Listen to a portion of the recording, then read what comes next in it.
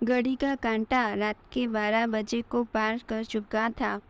बूढ़ी आंखों में जितनी नींद थी, उससे ज़्यादा अपने बेटे के लिए चिंता। उसी बेटे की चिंता जो अक्सर अपने काम के चलते रात को देरी से आया करता था।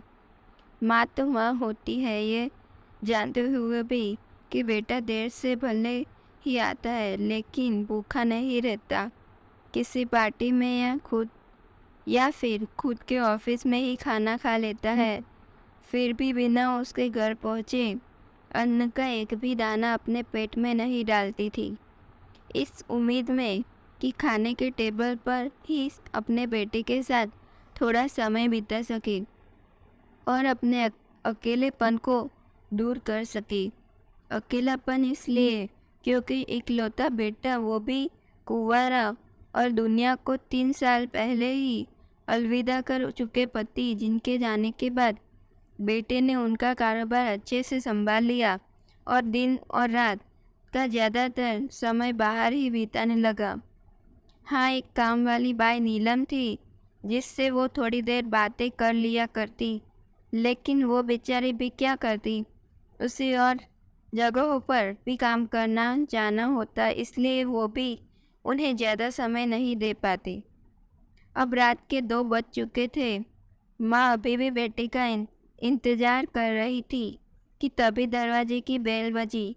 माँ तुरंत उठी और जल्दी से दरवाज़ा खोला। बेटा फट से घर के अंदर घुस गया। माँ ने डांटते हुए उसे कहा, आज फिर से लेट? बेटा चिढ़ते हुए बोला, क्या मुझे शौक है? मीटिंग थी ज़रूरी। माँ बोली, अच्छा चिढ़ मत, चल खाना खा ले, तेरे पसंद की सब्जी बनाई है। बेटा फिर ऊंची आवाज़ में बोला, माँ तुमसे कितनी बार कहा है, मेरा इंतज़ार मत किया करो, खाना खाकर सो जाया करो, क्यों खुद को और मुझे परेशान करती हो? बेटे के मुंह से आ रही शराब की दुर्गंध को पहचान माँ बोली, तू शराब पीकर आया है, तुझे शर्म नहीं आती? बेटा चिल्लाकर बोला, हाँ तो कौन सा पाप कर दिया है मैंने? चुपचाप खाना खाओ और सो जाओ, आपकी बकवास सुनने के लिए वक्त नहीं है मेरे पास। बेटा गुस्से में अपने बेडरूम में चला गया और सीधे जाके बेड पर लेट गया। नशे के कारण अगले ही मिनट उसे गहरी नींद आ गई। माँ उसके कमरे में आई, उसके जूते और मोजे उतारे, उसे चादर ओढ़ाई और पास में बैठकर उसके सर पर हाथ फेरते हुए गहरी सोच में डूब गई। घंटे भर वहाँ बैठने के बाद अपने कमरे में जाकर सो गई। सुबह बेटे के कमरे का दरवाजे पर नीलम ने दस्तक दी। नींद में ही बेटे ने पूछा, कौन है? नीलम बोली, मैं हूँ मालिक, कमरे में झाड़ू लगाना है। बेटा बिना आँख खोले ही बोला, ठीक है, सफाई करके दरवाज़ा बंद करके जाना। नीलम अपने काम में लग गई। झाड़ू मारते मारते नीलम की नज़र बेड के नीचे पड़े वॉलेट पर पड़ी, जिसमें कुछ ज़रूरी कार्ड्स के साथ ही कई नगद रुपये भी थे। नीलम ने वॉलेट उठाया, एक बार वॉलेट को और एक बार सोते हुए अपने मालिक को देखा, फिर वॉलेट को उसके तकिए के पास रखकर चली गई। सवेरे 10 बजे बेटा उठकर अपने ऑफिस को निकल गया। रास्ते में पेट्रोल पंप पर पेट्रोल भराने के लिए गाड़ी रोकी और पैसे देने के लिए वॉलेट निकाला, तब उसमें पैसे नहीं थे। उसने वॉलेट को अच्छे से चेक किया, फिर भी उसमें पैसे नहीं दिखे। अंत में वो कार्ड से पेमेंट कर ऑफिस चला गया। ऑफिस पहुंच बेटा अपने बिजी शेड्यूल में लग गया। अपने कस्टमर्स को वो नए प्रोडक्ट्स के बारे में प्रेजेंटेशन दे रहा था कि तभी उसके फ़ोन की घंटी बजी। फ़ोन पर माँ का नाम आ रहा था। उसने फ़ोन ना उठाकर उसे साइलेंट पर कर दिया, लेकिन फिर भी बार बार माँ कॉल कर रही थी, इसलिए परेशान होकर उसने फ़ोन उठाया और साइड में जाकर माँ से बात करने लगा। बेटा बोला, क्या करती हो माँ? अगर मैं फ़ोन नहीं उठा रहा हूँ तो आपको समझ जाना चाहिए कि कोई ज़रूरी काम कर रहा हूँ। यहाँ पर मैं बहुत ही ज़रूरी मीटिंग में हूँ। मैं आपसे बाद में बात करता हूँ।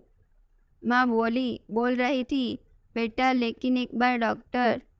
पर बेटे ने बिना उसकी पूरी बात सुने फ़ोन कट कर दिया और फिर से अपने काम में लग गया। माँ को जैसे ही ऐसा बर्ताव की आदत पड़ चुकी थी, फिर भी उसके चेहरे पर दुख साफ देखा जा सकता था। माँ ने नीलम को आवाज़ लगाई और बोली, बेटा थोड़ा रजाई को उड़ा देना, सुबह से ठंड लग रही है मुझे।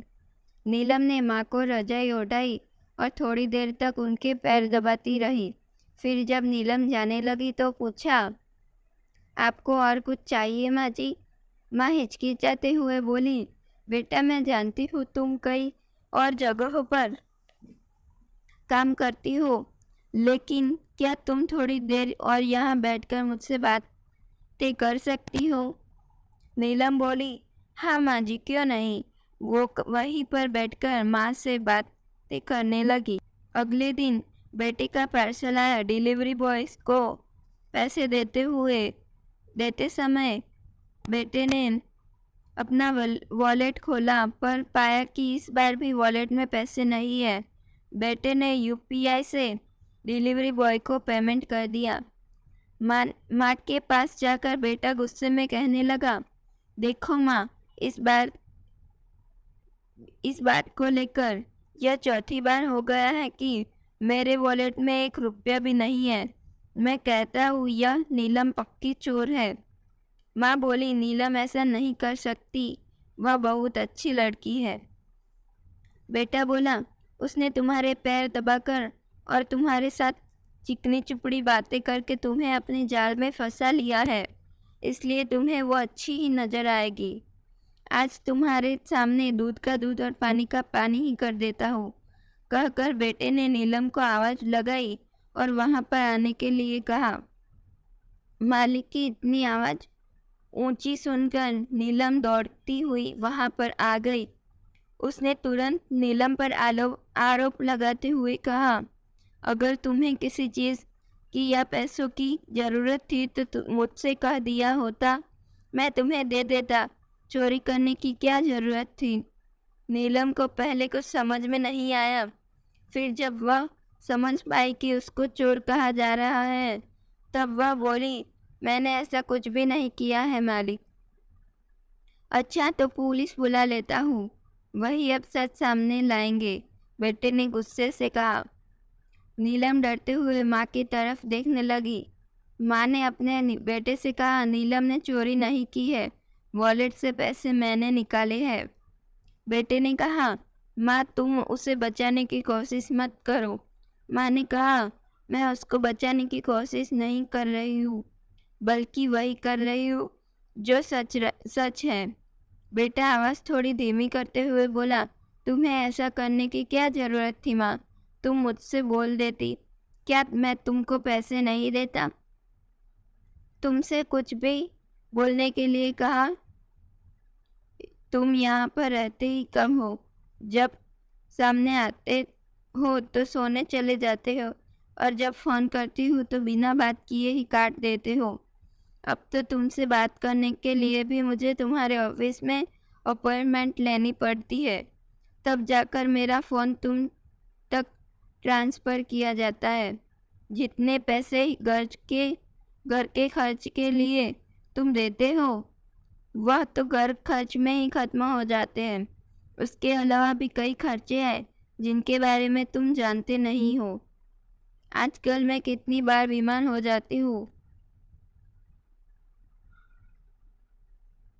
तब नीलम ही मुझे डॉक्टर के पास ले जाती है और मेरी दवाई करवाती है। और तो और बेचारी अपनी दूसरी जगहों का काम छोड़कर मेरे कहने पर मेरे साथ समय बिताती है, जिससे मेरा अकेलापन दूर थोड़ा कम हो पाता है। तो मेरा भी फ़र्ज़ बनता है मैं उसे उसकी एक्स्ट्रा सर्विस के लिए एक्स्ट्रा पैसे दूँ। इसलिए मैंने तुम्हारे वॉलेट से पैसे निकाल कर उसे दिए। काश मैं तुम्हारे पैसों की जगह तुम्हारा समय चुरा पाती, तो तुम मुझे तुम्हारे वॉलेट को छूने की कभी ज़रूरत ही ना पड़ती। बेटा अपनी माँ की यह सारी बातें सुन रहा था और उसे इस बात का एहसास भी हो रहा था कि पैसों की भाग-दौड़ में उसने अपनी माँ को बहुत पीछे छोड़ दिया था। बेटे ने अपनी माँ की माफ़ी मांगते हुए कहा, देखो माँ, मैं समझ गया हूँ कि मैं बहुत गलत बर्ताव कर रहा था आपसे। अब तक जो हो गया मैं उसे तो नहीं बदल सकता, लेकिन इतना वादा करता हूँ कि अब आगे से आपके लिए वक्त ज़रूर निकाल करूँगा। दोस्तों, हमें कामयाबी और पैसों के पीछे इतना नहीं दौड़ना चाहिए कि हमारे अपने हमसे इतने दूर हो जाए कि फिर हम उनसे कभी मिल ही ना पाए।